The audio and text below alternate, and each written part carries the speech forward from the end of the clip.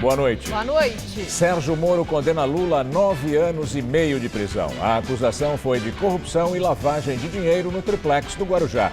O juiz fala em prudência e autoriza o recurso em liberdade, mas aponta tentativas de intimidação que permitiriam a prisão preventiva. No Congresso Nacional, debates acirrados sobre a decisão de Moro.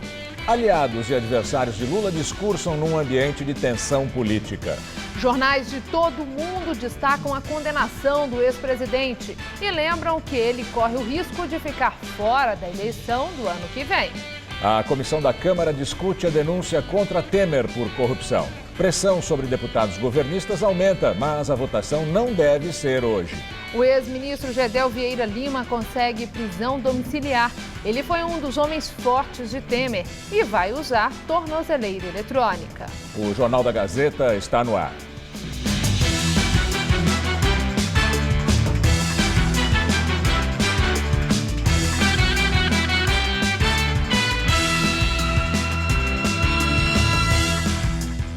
Há mais de 8 horas, a Comissão de Constituição e Justiça da Câmara dos Deputados discute a denúncia de corrupção passiva contra o presidente Michel Temer. O deputado federal Paulo Maluf foi o primeiro a falar sobre o parecer do relator Sérgio Sveiter, do PMDB, favorável à aceitação da denúncia contra o presidente Michel Temer. Maluf, condenado em maio pelo Supremo Tribunal Federal a mais de 7 anos de prisão por lavagem de dinheiro, defendeu Temer. Quero dizer aos senhores que conheço Michel Temer há 35 anos. E 35 anos de convivência não dá para a gente se enganar. Esse homem correto, decente, honesto, que está sendo acusado de maneira absolutamente imprópria. O deputado Betinho Gomes, do PSDB, ao falar pela liderança do partido, disse que o melhor a fazer é liberar os deputados tucanos para votarem de acordo com a consciência deles. Exigir e cobrar esclarecimentos não pode ser confundido com ato de oportunismo. Exigir e cobrar explicações não pode ser confundido com ato de covardia. O deputado Alessandro Molon, da Rede, disse que Temer ora trata o dono da JBS Friboi, Joesley Batista, como empresário, ora como criminoso. Quando ele quer explicar por que recebeu, ele diz que é o maior produtor de proteína animal do mundo.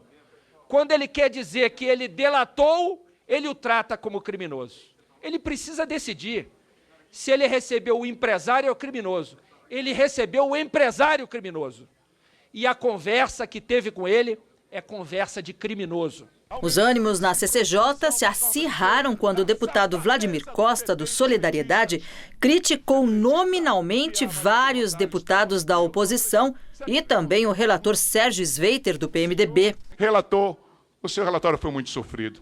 Volte a estudar direito. O senhor falou, parece que não é criminoso. Volte, o senhor está ruim de direito. O senhor enxavalhou, o senhor envergonhou a sua categoria. Sinceramente, fique como deputado a vida inteira, porque se o senhor voltar a advogar, o senhor vai passar fome, que ninguém vai lhe contratar. Está na sua cara que o senhor é burro, incompetente e desqualificado. Deputado, eu peço que Vossa Excelência, há limites de decoro, há limites de educação, e eu não vou permitir que Vossa Excelência abuse do seu direito de fala. Todos os deputados citados por Costa tiveram 1 minuto de direito de resposta. Enquanto o deputado Carlos Zaratini, do PT, falava, a condenação do ex-presidente Lula pelo juiz Sérgio Moro foi divulgada. Parlamentares da oposição de Temer e aliados a ele comentaram. Desde o dia 26 de junho, quando foi apresentada a denúncia da Procuradoria-Geral da República contra Temer, partidos da base aliada já fizeram 24 trocas de um total de 66 integrantes titulares na CCJ. Hoje foram pelo menos 3. Outra estratégia que tem sido adotada para barrar a denúncia é a liberação de verba para projetos e emendas dos deputados e senadores. Só em junho, o governo prometeu dar quase 2 bilhões de reais aos parlamentares. Os integrantes da Comissão de Constituição e Justiça da Câmara continuam debatendo a denúncia de corrupção passiva contra o presidente Michel Temer. A expectativa é que mais de 150 deputados discursem por mais de 40 horas. A sessão pode se estender pela madrugada. Em acordo firmado com lideranças da oposição e da base aliada ao governo, o presidente da CCJ, Rodrigo Pacheco, do PMDB, permitiu que todos os 66 membros e todos os 66 suplentes possam falar por até 15 minutos. Outros 40 deputados, não membros da comissão, 20 favoráveis à denúncia e 20 contrários, também vão ter direito à fala por até 10 minutos.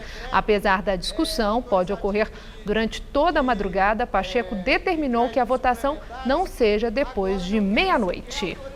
Numa ação contra o dono da JBS Friboi, Joesley Batista, a defesa do presidente Michel Temer pede R$600 mil de indenização por danos morais.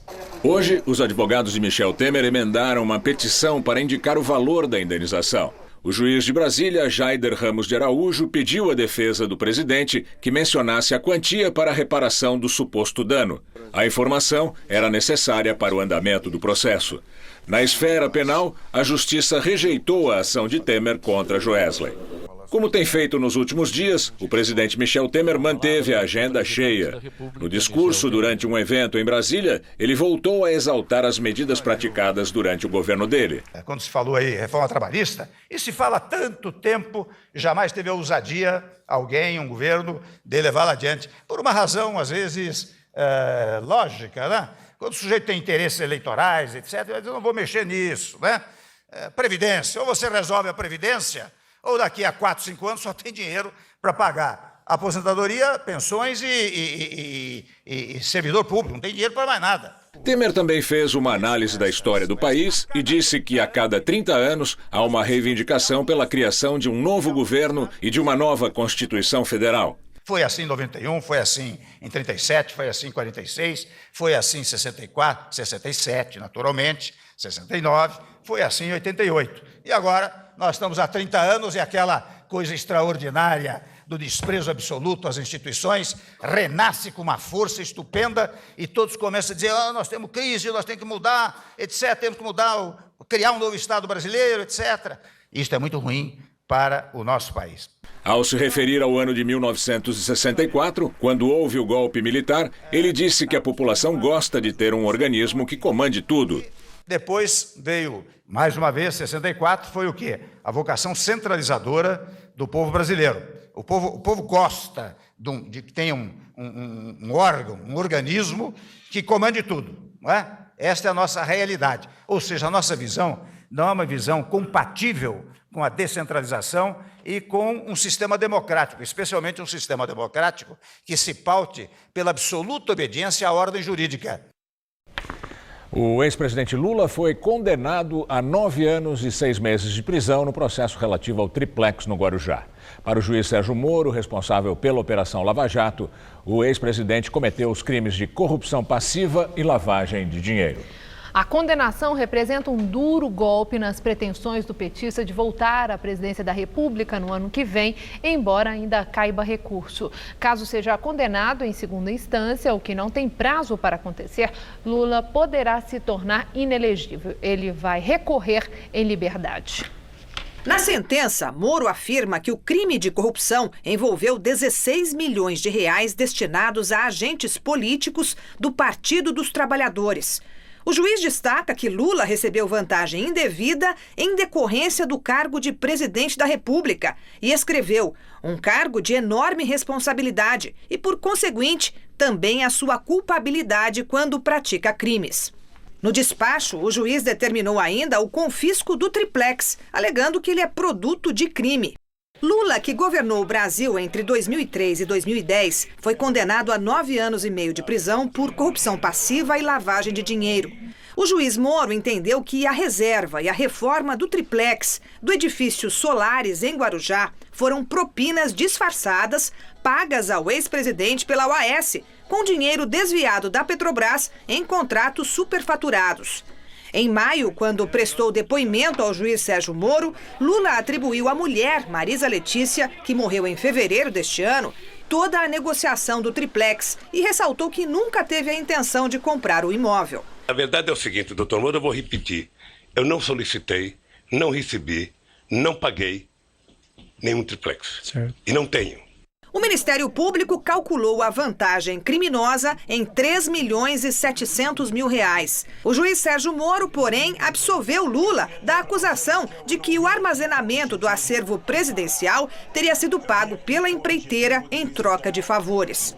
A prisão de Lula não foi decretada e ele vai recorrer da sentença em liberdade. Sérgio Moro ponderou que a prisão imediata de um ex-presidente poderia envolver traumas e considerou mais prudente aguardar o julgamento na segunda instância. O Tribunal Regional Federal em Porto Alegre costuma demorar cerca de 1 ano e meio para analisar as sentenças de Moro. E antes de ser condenado por um colegiado, Lula não é atingido pela lei da ficha limpa e pode ser candidato. Se a sentença de Moro for confirmada em instâncias superiores, Lula fica proibido de ocupar cargos públicos por 19 anos. Moro também condenou o ex-presidente ao pagamento de R$ 670 mil de multa. Ainda na decisão, Moro afirma que houve condutas inapropriadas por parte da defesa que revelam tentativa de intimidação da justiça e, por isso, até caberia decretar a prisão preventiva do ex-presidente. Porém, decidiu não mandar prendê-lo por prudência. Durante o processo, a defesa do petista disse que o triplex, que pertence ao AS, foi dado em garantia a um fundo da Caixa Econômica Federal e que, por isso, a empreiteira não poderia repassar ou vender o imóvel. O banco negou que seja dono dos direitos econômicos e financeiros do apartamento. O ex-presidente da UAS, Léo Pinheiro, afirma que o triplex nunca foi posto à venda porque o dono real era o ex-presidente Lula e que o valor do imóvel foi abatido da conta de propina da empresa. Ele também entregou uma série de documentos que supostamente comprovariam a execução de obras no apartamento a pedido de Lula e Marisa. Hoje, o empresário foi condenado por Moro a 10 anos e 8 meses por corrupção passiva e lavagem de dinheiro. Ele já foi condenado em 2 ações penais na Lava Jato e ainda responde a outras 2. No total, as penas somam 44 anos de prisão. Léo Pinheiro está preso desde setembro e tenta fechar um acordo de delação há meses. O presidente do Instituto Lula, Paulo Okamoto, disse que a condenação do ex-presidente Lula já era esperada pelos petistas. No mesmo processo, Okamoto foi absolvido da acusação de ter solicitado propina à OAS para manter o acervo presidencial. Já a defesa do presidente informa que a condenação é política e que vão recorrer em todas as instâncias possíveis. A condenação de Lula gerou manifestações de adversários e aliados do petista no mundo político, causando até bate-boca entre parlamentares no Senado Federal. A confusão aconteceu entre os senadores Ivo Cassol, do PP, e Paulo Rocha, do PT. A briga começou após o petista intervir na fala do senador, que criticava a ação de ontem que as parlamentares tentaram obstruir a sessão de votação da reforma trabalhista no Senado, ocupando a mesa diretora. Logo, o bate-boca descambou para críticas ao PT e ao ex-presidente Lula, esquentando o ânimo dos 2 parlamentares no plenário. Vai acudir aqueles que roubaram o Brasil, rapaz! Quem roubou? Quem foi que montou a quadrilha? Quem roubou? Quem roubou? Quem roubou? Quem roubou? Apesar da confusão, parlamentares e líderes de vários partidos se manifestaram sobre a condenação do ex-presidente. Para o senador Álvaro Dias, do Podemos, a sentença de Sérgio Moro é um marco para a justiça brasileira. Sinaliza para o surgimento de uma nova justiça no Brasil. Isso é relevante. Até aqui, o conceito é de que a justiça alcançava apenas os pobres. E agora nós verificamos que ela alcança poderosos e se torna igual para todos. Já a presidente do PT, senadora Gleisi Hoffmann, ocupou a tribuna da casa para dizer que Sérgio Moro condenou Lula por atitude política e sem provas. Como Lula pode ser dono de um triplex que não tem sequer a vontade dele comprar documentada? Como Lula pode ser dono de um triplex que está dado em garantia num fundo da Caixa Econômica Federal? Não tem provas de que esse apartamento é do Lula. Então havia uma intenção de que esse apartamento fosse do Lula e ele é criminoso, então, por conta disso, e condenado a 9 anos e meio? Juiz Sérgio Moro, não jogue seu diploma no lixo. O prefeito de São Paulo, João Dória, do PSDB, publicou vídeo na internet chamando Lula de o maior cara de pau do Brasil. E aos petistas, lulistas, dilmistas, esquerdistas que pensam que podem roubar, mentir, usurpar, enganar o povo brasileiro em qualquer tempo, por qualquer razão, fazendo o que fizeram ao Brasil, olha aí o que deu. A condenação do Luiz Inácio Lula da Silva, 9 anos e meio de prisão. E é só a primeira de 5 condenações. Viva a justiça! Parlamentares do PT e do PCdoB saíram em defesa do ex-presidente. É uma justiça extremamente seletiva. É uma decisão para o Aécio e outra para o Lula, condenando sem provas. O que eles querem é impedir a candidatura do Lula, porque esse golpe deu errado. E agora o comentário de Josias de Souza, direto de Brasília. Ele fala sobre a condenação do ex-presidente Lula. A condenação de Lula pelo juiz Sérgio Moro é um marco do Brasil pós-Lava Jato. Lula poderia ter sido uma espécie de Nelson Mandela brasileiro, mas optou por entrar para a história como parte do detrito que transformou a política numa gincana de ineditismos. No instante em que a Câmara analisa o caso de Michel Temer, o primeiro presidente da história denunciado por corrupção no exercício do cargo, Moro empurra para dentro da biografia de Lula um título vergonhoso. Primeiro ex-presidente da história sentenciado como corrupto. A história brasileira parece ter pretensões literárias. No futuro, quando tiver que relatar o que ocorre agora, a posteridade certamente buscará paralelos na dramaturgia grega. A verdade estará no exagero. A trajetória de Lula será descrita como uma espantosa sequência de fatos extraordinários vividos por um mito que escolheu se transformar num político ordinário, como tantos outros. Houve um tempo em que os crimes de colarinho branco não acabavam em castigo. Acima de um certo nível de poder e renda no Brasil, nada era tão grave que justificasse uma reprimenda.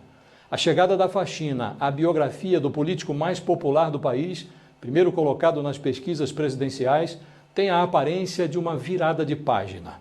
O impensável aconteceu e continuará acontecendo. O PT organiza atos de desagravo que serão comícios disfarçados. Mas, no momento, Lula parece mais próximo da cadeia, que virá, se a sentença for confirmada na segunda instância, do que das urnas. Boa noite. E daqui a pouco, mais repercussões nacionais e internacionais da condenação do ex-presidente Luiz Inácio Lula da Silva. Tivemos hoje um dia típico de inverno, com sol, céu azul e temperaturas amenas, que durante a tarde ficaram na casa dos 23 graus. E como sempre, agora à noite já voltou a esfriar. Vamos ver como fica o tempo nessa quinta-feira com Mariana Armentano.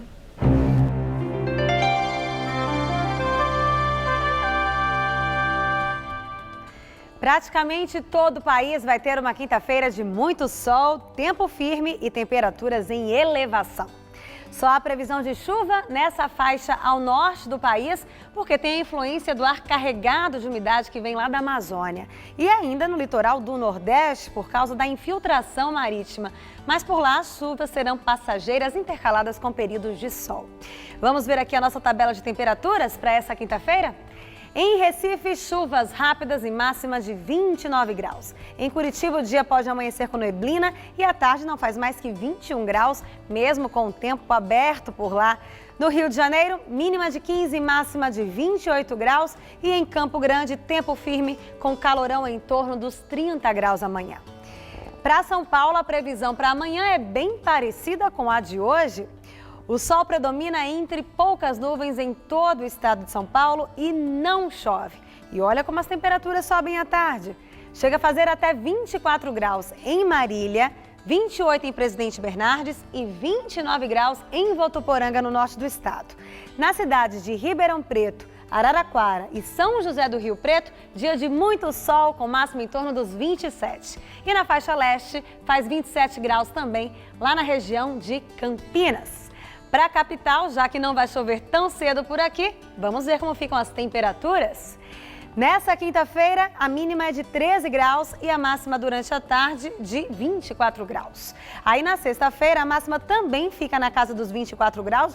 Céu de brigadeiro, quase nenhuma nuvem no céu, mas no sábado pode esquentar mais e chega a fazer até 25 graus à tarde, ainda sem nenhuma gota de chuva em toda a Grande São Paulo. Cientistas do Reino Unido confirmaram hoje que um iceberg de 1 trilhão de toneladas se desprendeu de uma geleira na Antártica. Segundo o comunicado da Universidade de Swansea, o bloco de gelo tem aproximadamente 5.800 quilômetros quadrados, equivalente à área do Distrito Federal. De acordo com os pesquisadores, a separação dele da maior plataforma da Antártica ocorreu entre 10 e 12 de julho, e é possível que o aquecimento global tenha contribuído para esse desprendimento, mas ainda não há evidências científicas disso. Pelas pesquisas, uma fenda já vinha se formando há vários anos, mas o processo se acelerou recentemente. Parte do gelo pode permanecer na área por décadas, mas algumas partes podem seguir para o norte, para águas mais quentes derreter e elevar o nível do mar. A condenação de Lula repercutiu amplamente na imprensa internacional. Na América Latina, o jornal argentino Clarín lembrou que essa é a primeira condenação de Lula na Operação Lava Jato, que o ex-presidente é réu em outras 4 ações e que, apesar de já ser esperada há tempos, a sentença de hoje ainda deve ser confirmada na segunda instância. O venezuelano El Universal destacou que a condenação de Lula é parte de uma extensa investigação de corrupção que agitou os círculos políticos e empresariais do Brasil. Nos Estados Unidos, o The Wall Street Journal apontou que essa condenação, se confirmada em segunda instância, pode tirar o ex-presidente da corrida presidencial do ano que vem. O The New York Times lembrou ainda que, junto com o impeachment de Dilma Rousseff no ano passado, a condenação de Lula é mais um golpe contra o Partido dos Trabalhadores. Na Europa, o português Diário de Notícias lembrou que essa é a primeira vez que um ex-presidente brasileiro é condenado por corrupção. O espanhol El País afirmou que a condenação saiu depois de uma troca de ataques agressivos entre Lula e o juiz Sérgio Moro. Em suas versões online, os britânicos The Guardian e o grupo BBC lembraram que, apesar da condenação e o aparente envolvimento de Lula em escândalos de corrupção, ele continua sendo o político mais popular do Brasil.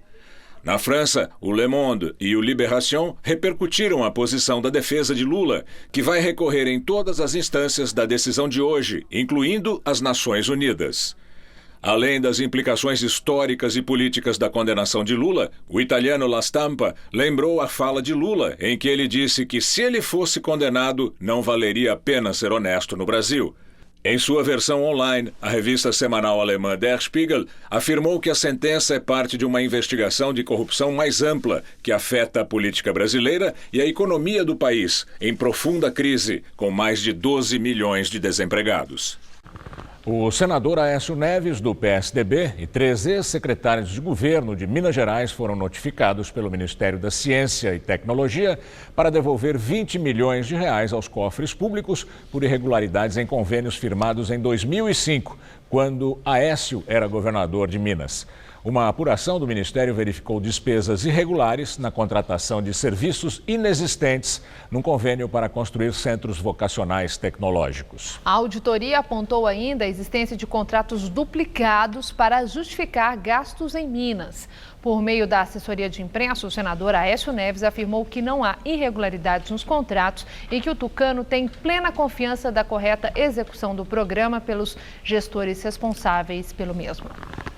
A Comissão de Constituição e Justiça do Senado aprovou por unanimidade a indicação de Raquel Dodge para o cargo de Procuradora-Geral da República. Aprovada pelo presidente Michel Temer, Raquel foi sabatinada hoje na CCJ e disse que, se necessário, vai aumentar as equipes responsáveis por operações do Ministério Público, como a Lava Jato. A sessão da CCJ começou pouco antes das 11 da manhã. Ao se apresentar à comissão, Raquel Dodge ressaltou aos senadores que, se fosse aprovada para o cargo de Procuradora-Geral da República, o combate à corrupção teria prioridade e todo o apoio necessário. A Operação Lava Jato e todas as outras operações a ela associadas ou dela derivadas, elas mostraram ao país que, com a legislação que temos, a legislação aprovada aqui no Congresso Nacional, é possível entregar prestação jurisdicional com resultados e de forma célere. Eu acho que esta é a combinação que acabou atraindo a atenção da população brasileira e a credibilidade para todas as instituições envolvidas no sistema de administração de justiça. Então, é nessa perspectiva de estarmos sempre diante da prova, diante da lei e da Constituição, que nós manteremos esse trabalho de enfrentamento da corrupção, aumentando, se necessário, as equipes que hoje já o vêm desenvolvendo. A subprocuradora afirmou ainda ser a favor de métodos de investigação alvo de críticas no mundo político.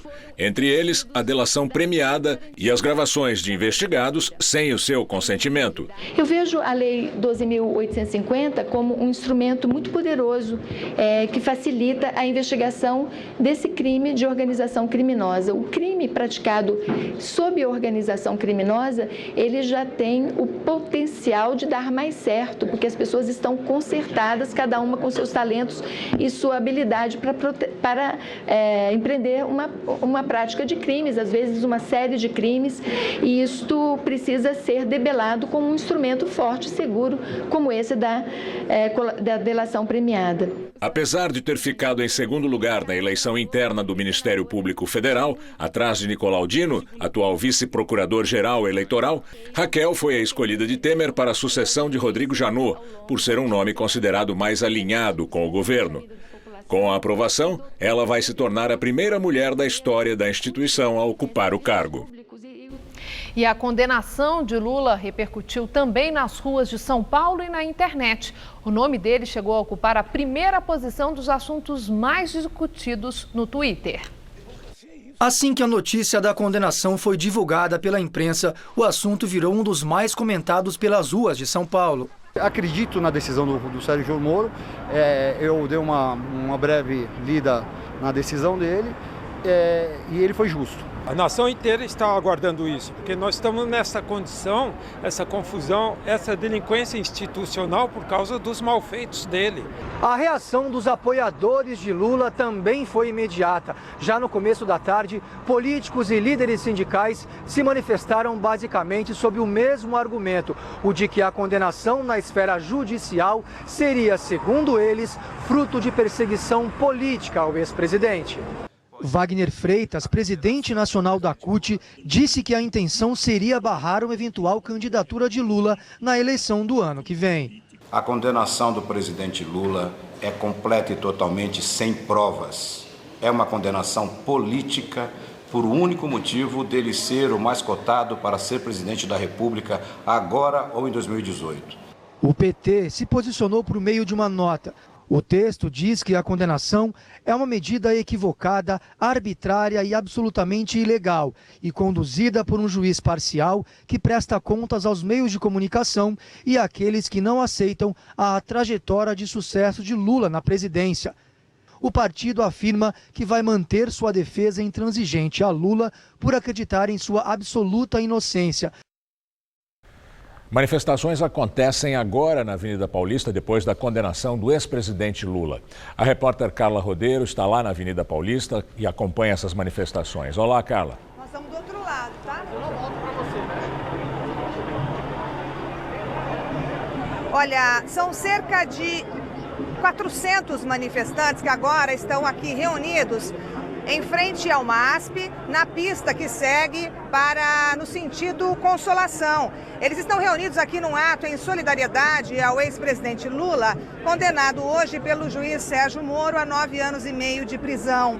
Esse ato foi convocado no meio da tarde pelo PT, pela CUT e tem a participação das frentes Brasil Popular e Povo Sem Medo, que reúnem movimentos sociais de sem-teto, de estudantes. Enfim, aqui o pessoal está com faixas, com bandeiras, também estão ali batucando. E a poucos metros daqui, a cerca de 300 metros daqui, ali em frente à sede da Fiesp, um outro grupo, um grupo um pouco menor, de 40 pessoas, comemora a decisão de Sérgio Moro. É um grupo menor, porém até mais barulhento. Eles estão ali, eles tremulam bandeiras, estão com cornetas também. Eles e batem panelas, batem muitas panelas ali para comemorar a decisão de Sérgio Moro e também demonstrar apoio ao juiz. Agora, entre esses dois grupos, a gente pode observar que a polícia está posicionada. Nós vemos ali um carro da CET e mais cedo havia também policiais militares que estão agora atrás do pessoal da CET. Não são muitos policiais, são 2 viaturas e cerca de 30 homens. É com vocês no estúdio. Muito obrigada, Carla. E durante todo o Jornal da Gazeta, vamos acompanhar essas manifestações. Lula é réu em outras 4 ações penais. Ainda dentro da Lava Jato, Lula é acusado de corrupção passiva e lavagem de dinheiro, por ter recebido propinas destinadas à compra de um terreno para a nova sede do Instituto Lula e de um imóvel vizinho ao apartamento em que mora em São Bernardo do Campo. Lula também teria articulado para tentar evitar que o ex-presidente da área internacional da Petrobras, Nestor Cerveró, fizesse um acordo de delação premiada com o Ministério Público Federal.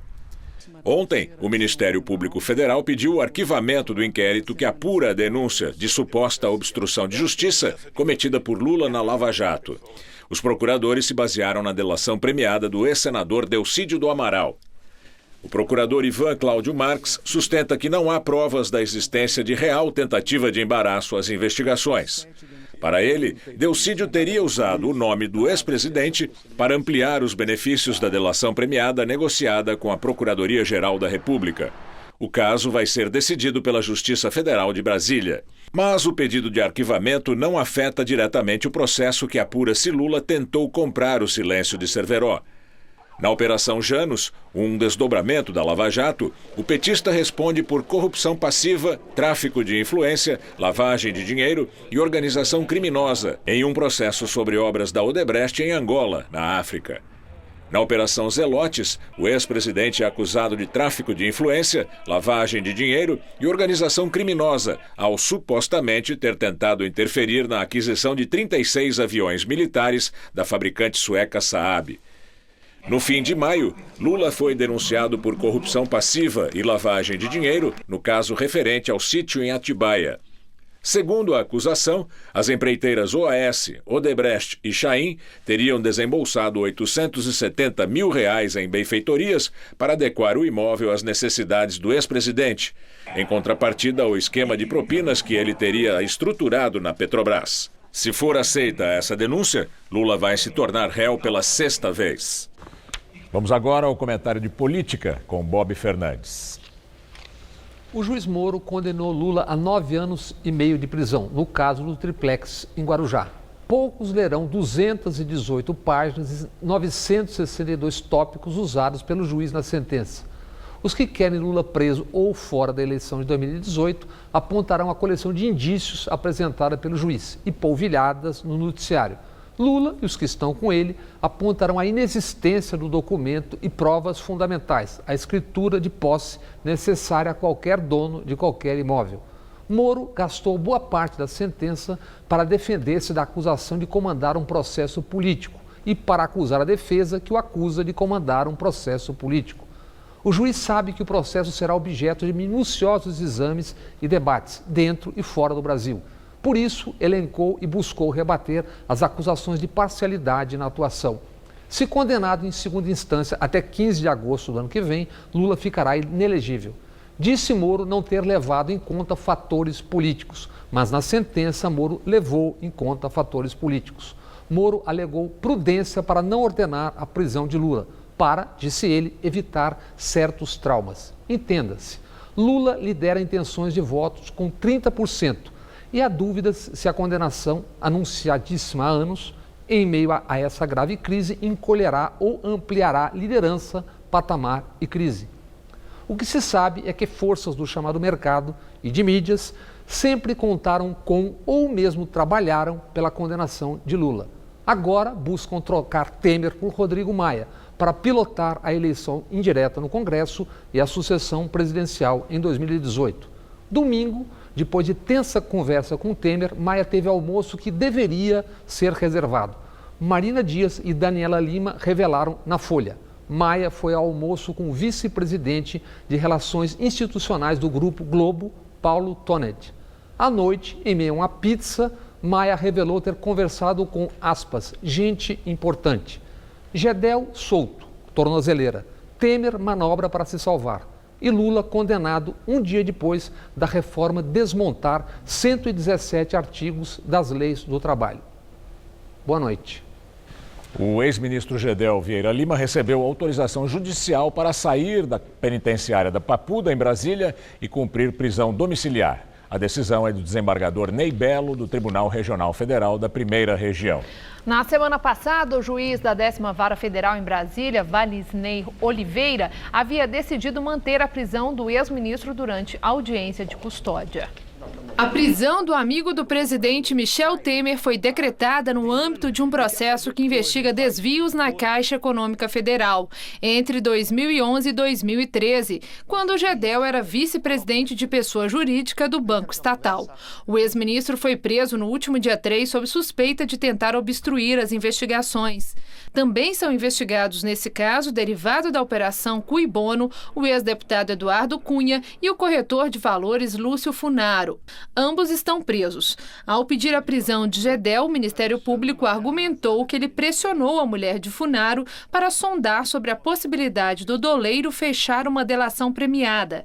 Funaro iniciou negociações para colaborar com a Justiça, em troca de uma eventual redução da pena. Na audiência da semana passada, o ex-ministro negou ter procurado a mulher do doleiro. Gedel admitiu, entretanto, ter falado com ela mais de 10 vezes nos últimos 12 meses, mas, segundo ele, só sobre amenidades. Daqui a pouco, Maria Lídia Flândola entrevista Fernando Neisser, advogado especialista em direito eleitoral, sobre a condenação do ex-presidente Lula. O asfalto muito esburacado de São Paulo tem gerado uma chuva de reclamações à prefeitura. Só nos primeiros 6 meses do ano foram mais de 75 mil, 40% a mais na comparação com o ano passado. A prefeitura culpa a falta de recursos nas áreas de zeladoria e promete que a situação será normalizada em breve. Bem que tentaram improvisar uma sinalização para o buraco, mas logo ela foi retirada. E aí o resultado. Alguns motoristas até conseguem desviar, outros passam bem perto e o risco de acidente é constante. Nem o carro da TV Gazeta escapou do prejuízo. Ontem, o pneu de um dos carros rasgou com um impacto. O buraco está bem na pista da ligação leste-oeste, no trecho que passa embaixo da Praça Roosevelt, uma via importante da cidade. Como o buraco fica cheio de água e está num trecho escuro aqui da via, muitos motoristas não conseguem perceber o perigo. E o pior é que não há nenhuma sinalização.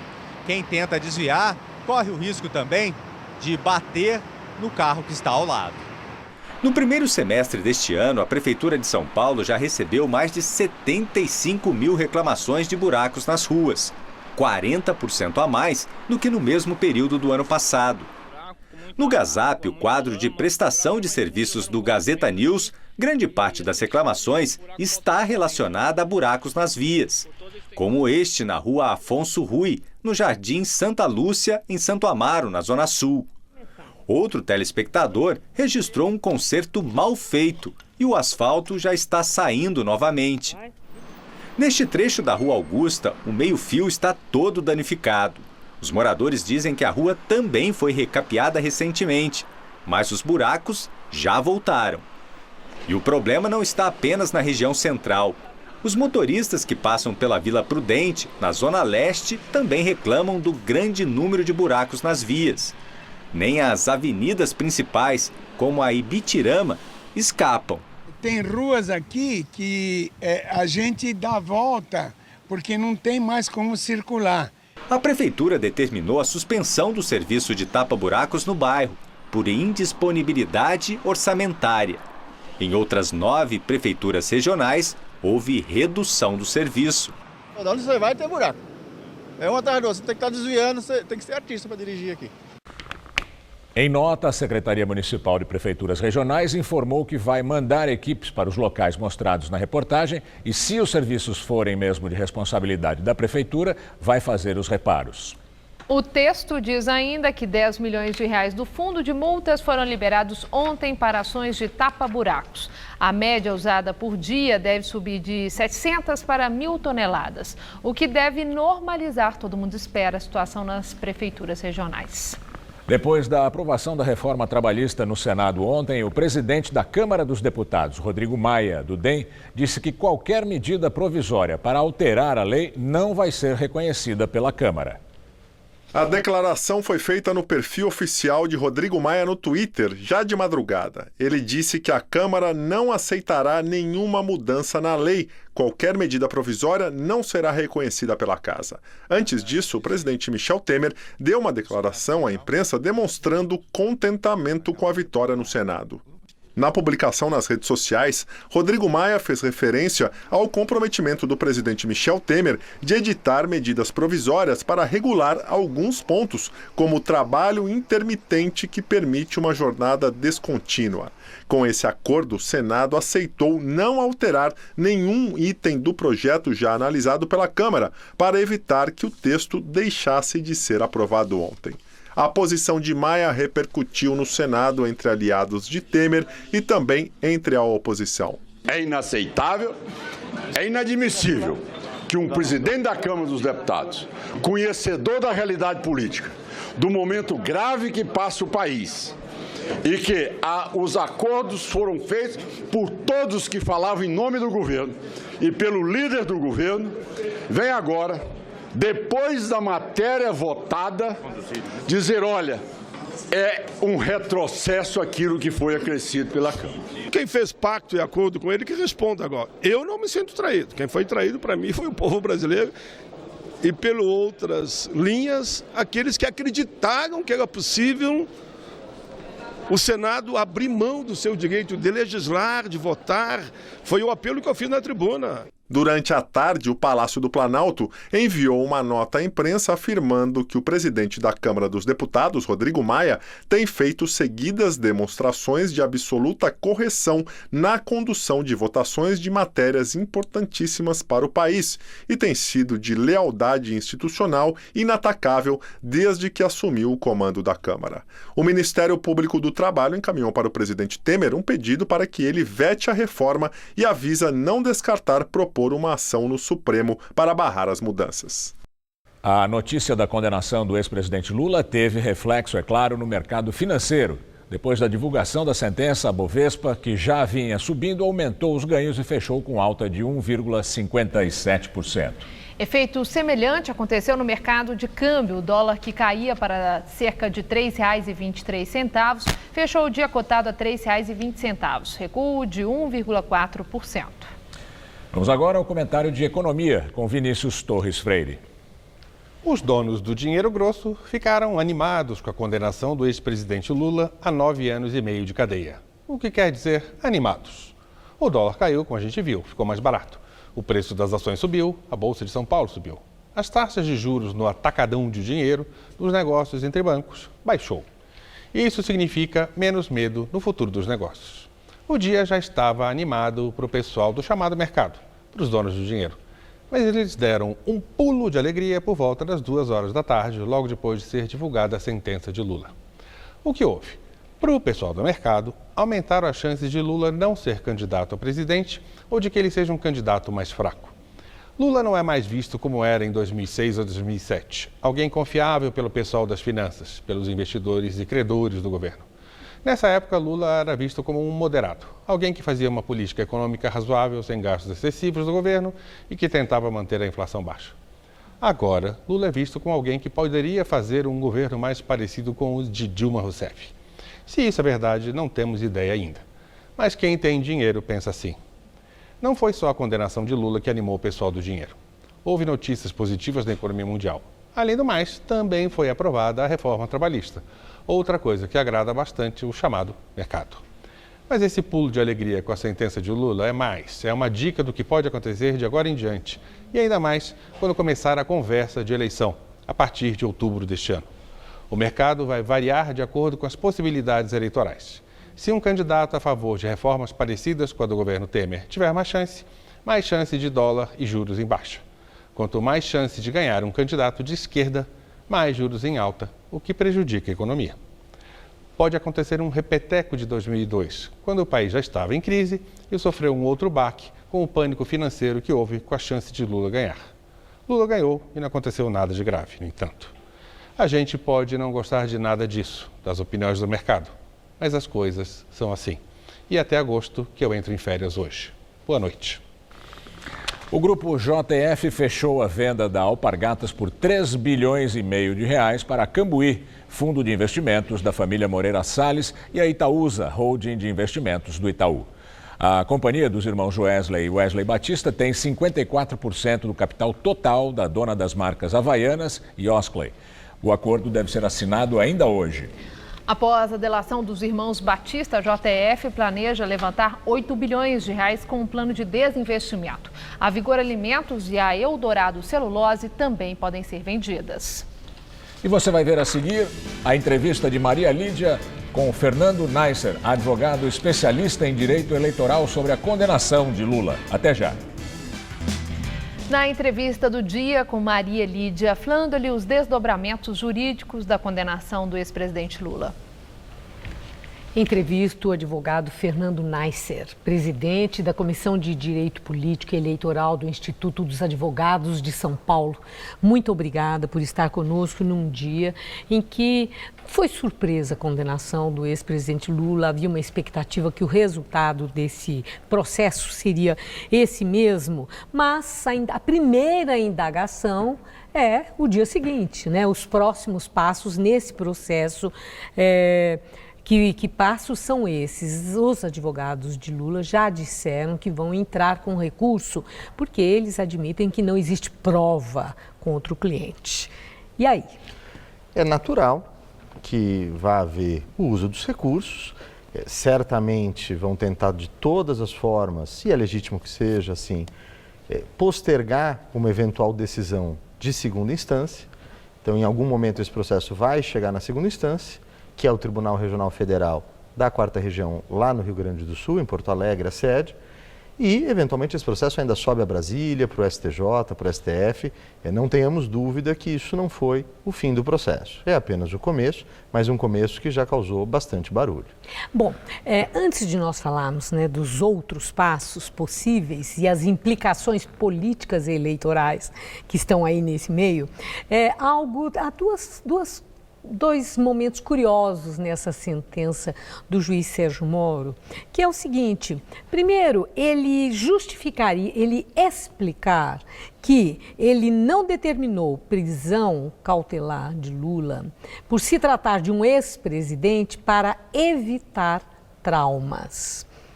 Aí entra uma questão inevitável. Quer dizer que todos os brasileiros não são iguais perante a lei?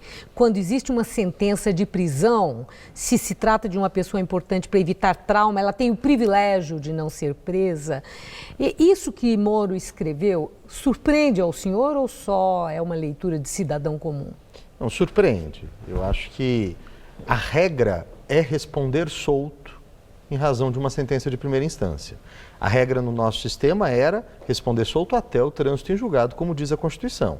O Supremo Tribunal Federal deu uma interpretação diferente da Constituição recentemente, sabemos, dizendo que pode haver a prisão com a decisão de segunda instância. Então, a decisão de primeira instância, em geral, não leva mesmo para a prisão.